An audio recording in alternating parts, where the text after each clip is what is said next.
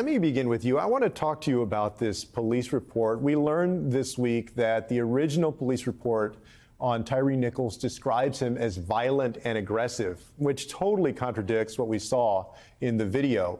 The report also failed to mention that officers repeatedly punched and kicked Nichols. This isn't the first time that we've seen this. We saw this, for instance, with George Floyd.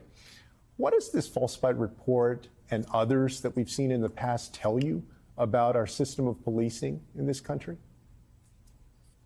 It reveals an ugly truth, Julian, that there is a lack of accountability. There's a culture of, I'll try to use the right words here. I don't want to say lying, but a culture of deception in some ways, and a dedication to obfuscation of the truth. In many instances, law enforcement officers believe that if they can hide the actual facts about what happened, then they can justify what they did. And what we need to do when we're thinking about police reform is look at what's going on at the top. Think about leadership. What is leadership communicating to those in the ranks about how you're supposed to report what happened, how you're supposed to communicate not only internally, but to externally, to everybody who's going to review what happened so that the truth actually comes out. When there's no accountability, there's going to be lies. When there's no accountability, there's going to be cover-ups. And we have to see that the leadership in each department is practicing what they preach. I'll give you an example.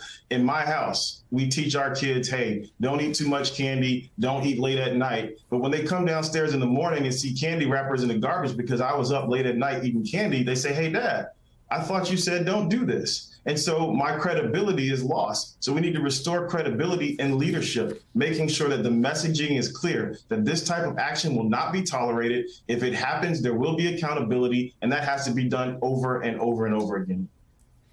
Well, and one of those ways that we may achieve more accountability in policing, of course, is to pass the George Floyd Justice and Policing Act. Now, Republicans have been against doing that, but Tia, just a few days ago, Senator Lindsey Graham suggested a compromise to one of the bill's major sticking points, which has been qualified immunity. What can you tell us about that sticking point, qualified immunity, and where Democrats and Republicans may be headed on this? So, yeah, Senator Graham has proposed changing qualified immunity so that it applies, so that families who feel they were wronged or victims of allegations of police brutality or police misconduct, that the individual officers would continue to be shielded under qualified immunity. But he said the department should not be shielded.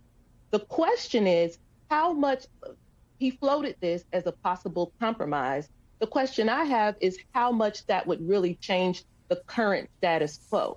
You know, it sounds like a compromise, but as we know, the sticking point with qualified immunity is that individual officers are often not held accountable in allegations of misconduct, and that families, and again, people who feel like they have been wronged, therefore aren't able to move forward with civil lawsuits against those individuals.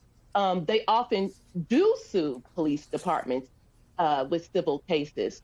So will this change anything? And also, the root concern is that qualified immunity keeps bad officers employed and further diminishes respect and trust in policing.